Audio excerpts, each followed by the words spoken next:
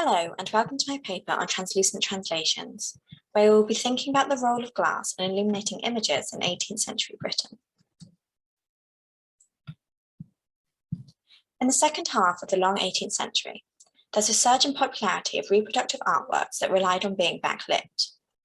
This trend covered a range of different media to create illuminated images, but across these we can see a continuation of ideas and developments through to the 1830s. I'll be thinking specifically about the language of glass and its role within this multimedia culture. Old master as well as contemporary paintings were consistently reproduced as standard practice for a variety of media, including painted glass, transparencies, and lithophane. Many of these were technologies and materials that were not new, but received renewed attention and development in the long 18th century. While disparate in many ways, all these media inventively manipulated light. They relied on translucency to be able to express the images that they were attempting to reproduce. Perhaps unsurprisingly, the language of glass became a key way to think about these objects.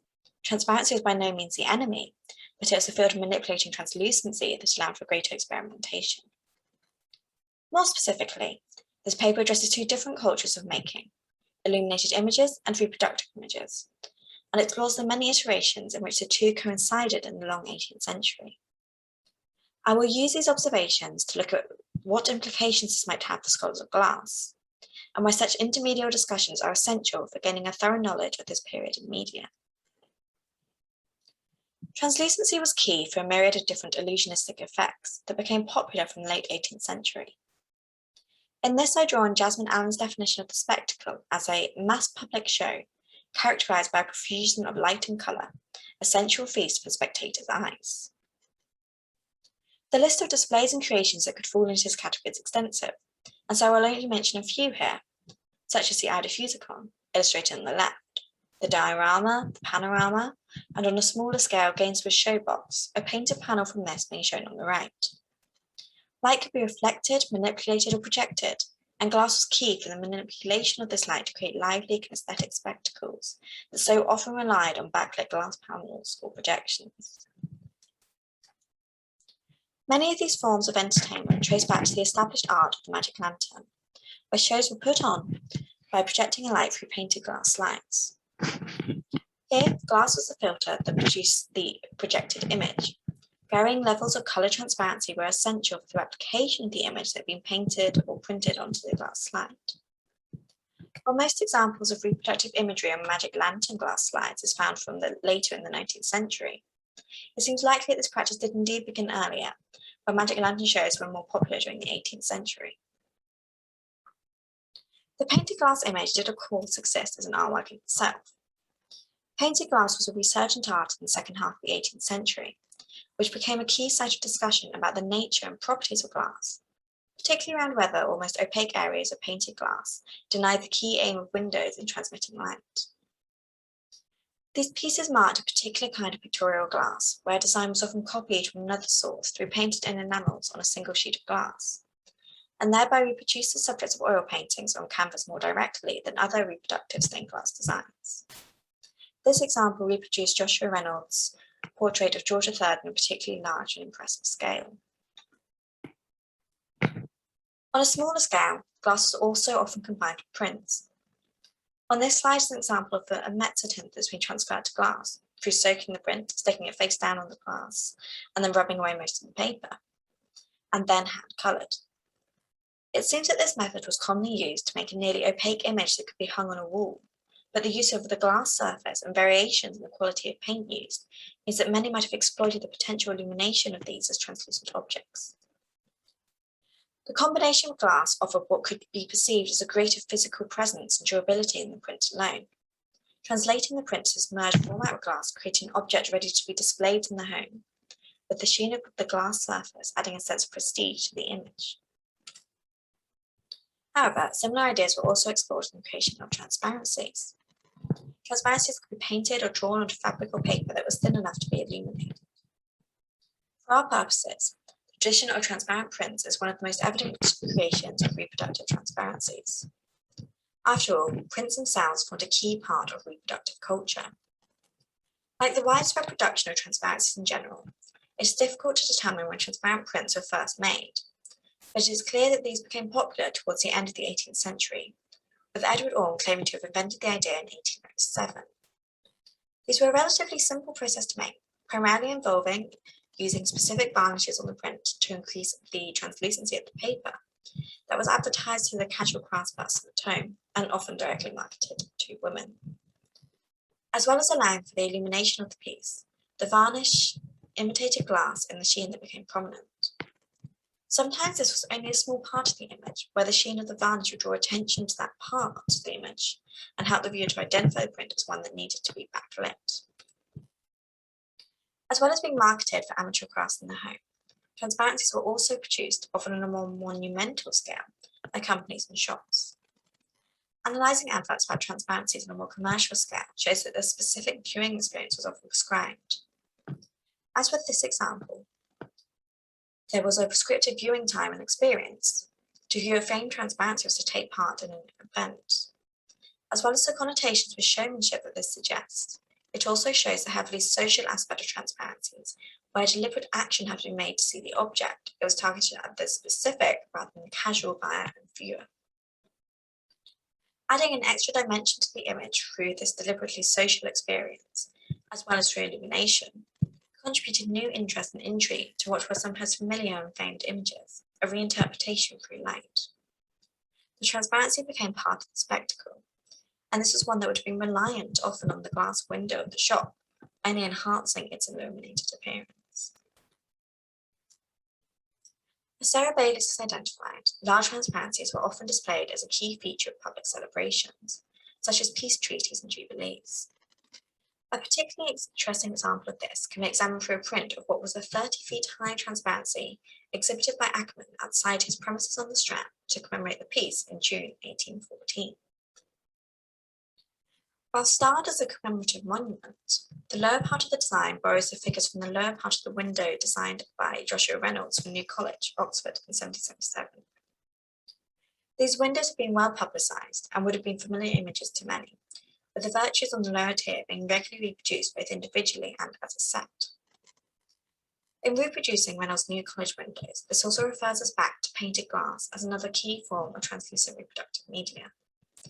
In this context, it is interesting to note that there appears to have been an assumption of validity transferring imagery between similarly illuminated media. The painted window design, as well as this transparency, are elevated to the status of a historical monument. The personified virtues no longer occupying a religious scene, but instead repurposed as a means of celebration. At this point, it is worth pausing to think about the role of translucency as a concept. My focus on translucency works from Isabel Armstrong's identification of the increased language of transparency achieved through high levels of glass production in the 19th century. The concept of the visible became ever more important and was often reflected in the inherent theatricality that Joseph Littmark has identified as part of British culture at this time. Yet rather than thinking about transparency, I focus on the interplay between translucent material and light that was such a fundamental consideration for many makers in this period. Attention is focused explicitly on the relationship between what we can and can't see and its pictorial effects. In these objects, the reliance on material properties and their interplay with light means that viewers are not simply asked to look through objects. Armstrong's interest in transparency is focused on a concept that eliminates itself in the process of vision, where it must be both barrier and medium. Pictorial effects, however, must rely on the translucency of a medium. As has been explored by Jasmine Allen, we do not look through a stained glass window, but upon it. Stained glass is thus more concerned with the translucency, refraction, and distortion of light than with its own transparency, or with the transmission or reflection of light. Similarly, experiments with paper, varnishes, and porcelain indicated new experiments in the potentials of materials and their interaction with light. It might even be pertinent that, rather than the language of transparency, it was a language of translucency. Transparency was never the aim of these objects, where their reliance on materiality was often self-evident. Translucency has a particular relationship with reproduction of images precisely because of this inherent concern for what could be made visible and ways to transmit various effects, properties that are shared with pictorial. My research is concerned with exploring the movement of images across different media, which gives us an unparalleled insight into popular and elite visual culture. I am not, however, thinking about copies, but rather the idea of translation. When looking at reproducing designs across different media, making a copy does not adequately express the complexities involved. Instead, exploring the idea of translation shows how often the general character of the piece was the focus of reproductive efforts, rather than the creation of a detail-oriented facsimile, as I've written about elsewhere.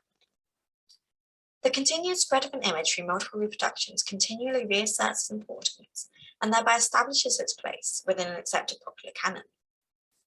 Popular reproductive culture shows that there was a process of canonization occurring even within media most commonly associated with the decorative arts. This immense replication of one image across media shows the transferability of concepts and imagery that was prized in this period. This focus resulted in a close comparison of media techniques, but also questioned what made a successful reproduction. It is this concept that allowed for unrivaled disciplinary experimentation, as techniques were constantly furthered to find new ways of expressing and reinforcing an established visual canon, which emerged on a scale hitherto unseen before the second half of the 18th century. We can again see the repetition of an image across a variety of translucent media with Carlo Dolci's Salvator Mundi. We can see an instance of this subject painted on glass in an exhibition held by Collins in 1828 of what the Morning Post reported to be highly finished cabinet pictures enamelled on glass, including the Saviour, after Carlo Dolci, esteemed a beautiful copy of the celebrated picture. This appears to be the version now set into the east window of Christ Church, Yotterson. There are versions of this painting both in Burghley House, Stamford, and the Gemäldegalerie Altmeister, Dresden, with the Burghley House version often named as source of British versions of the subject. This painting was also reproduced as a lithophane, the final media that we have tried to discuss today. Like so many reproductive works, these often relied on prints of images, such as the one on this slide. Almost invariably, the images reproduced on lithophanes can also be found in print form. In part, this could be for ease of design and making process, but it also shows how translations to other media played their part in affirming a canon of works. A less commonly known media, lithophanes were first invented in Germany in 1827, and were soon made in porcelain manufactories across Europe to great popularity throughout the 19th century. They mark a particular reinterpretation of images through light, where porcelain is exploited to its limits of strength in being cast thin enough to let through significant amounts of light, often only a few millimeters thick. Usually made from porcelain, the reverse of lithophanes is smooth, while the front is an intensely moulded relief effect. At first sight, the surface is an unintelligible design, as in the image on the left. However, once backlit, the illusory effect of the lithophane is revealed, as in the image on the right. The design is exposed as cast in reverse, and an image appears, akin to viewing analog film. This is achieved by different gradations of porcelain acting as a screen to let through varying amounts of light. The thickest areas of porcelain let through the least light to provide the darkest tonal areas, while the thinnest areas of porcelain transmit the most light to give the lightest tonal areas in the illusory image. When backlit and viewed at the appropriate angle, the viewer is unaware of the sculptural properties of the lithophane. Therefore, the image created by the lithophane is an illusion of a two-dimensional design created through the backlighting of a sculptural object. Lithophanes can be mounted into a variety of different objects. Of most interest to us today is that they are sometimes set into panels of stained glass. This was one of the more stable ways to mount lithophanes on windows, as well as creating more of a decorative feature, and made the link between the two translucent media explicit. Although lithophanes were primarily made from porcelain, there are also some instances of glass and other materials being used. Technically, as also witnessed by the first patents issued, lithophanes can be made of any potentially translucent material, including paper, glass, wax, alabaster, jade, amber, and ivory. Such examples are rare, and I've not yet seen them myself. It appears that what have been termed glass lithophanes are produced in two different ways, either using hollow vases or cups, or glassware using coloured overlays. In this case, they are engraved images, so that, as with a porcelain lithophane, the image is reliant on different thicknesses of the glass.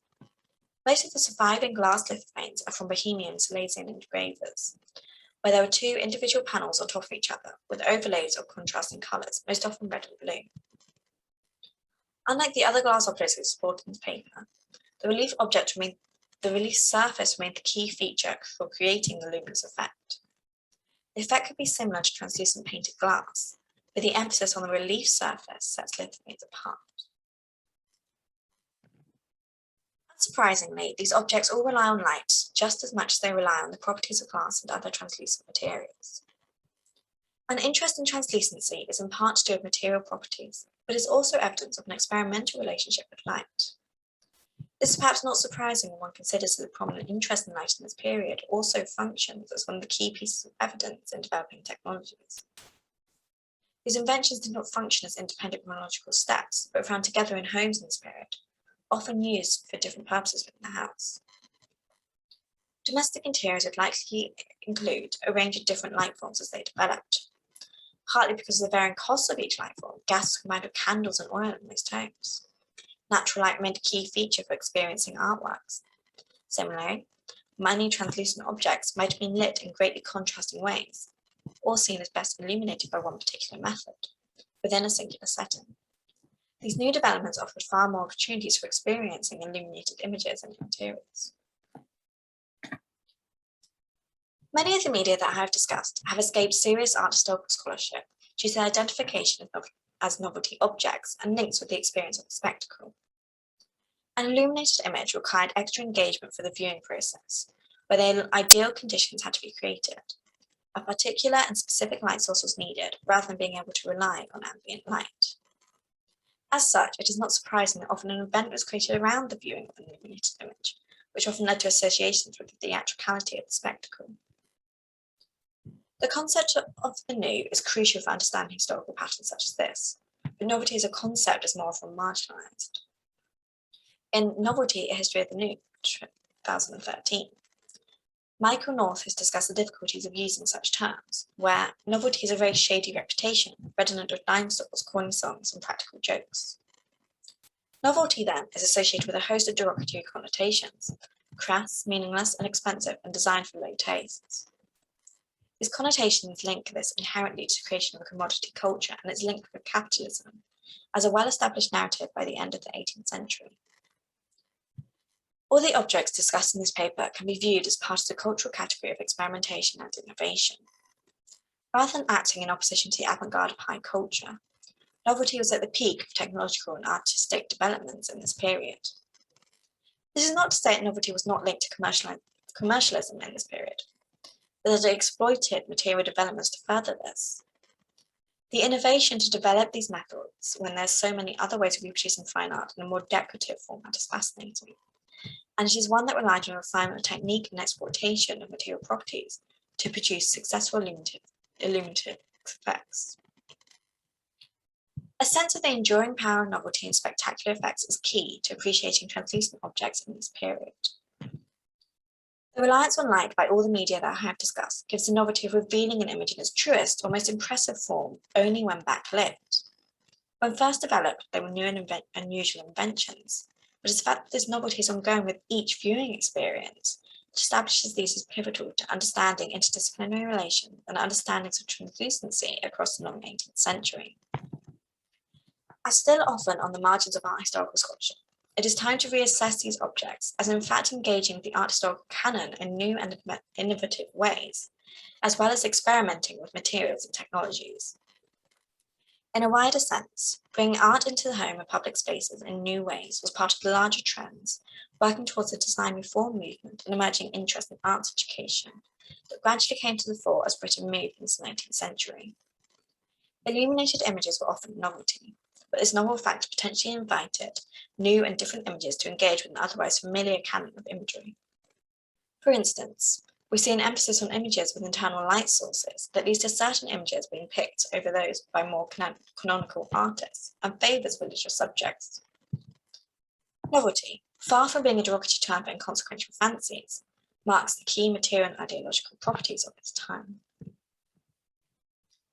Manipulating light was the motivator for new inventions and reinterpretations, and consequently should not be undervalued as a key factor in reproductive art cultures in the long 18th century. These experimentations fed into the inventive culture and development of ever-new translucent technologies that subverted expectations.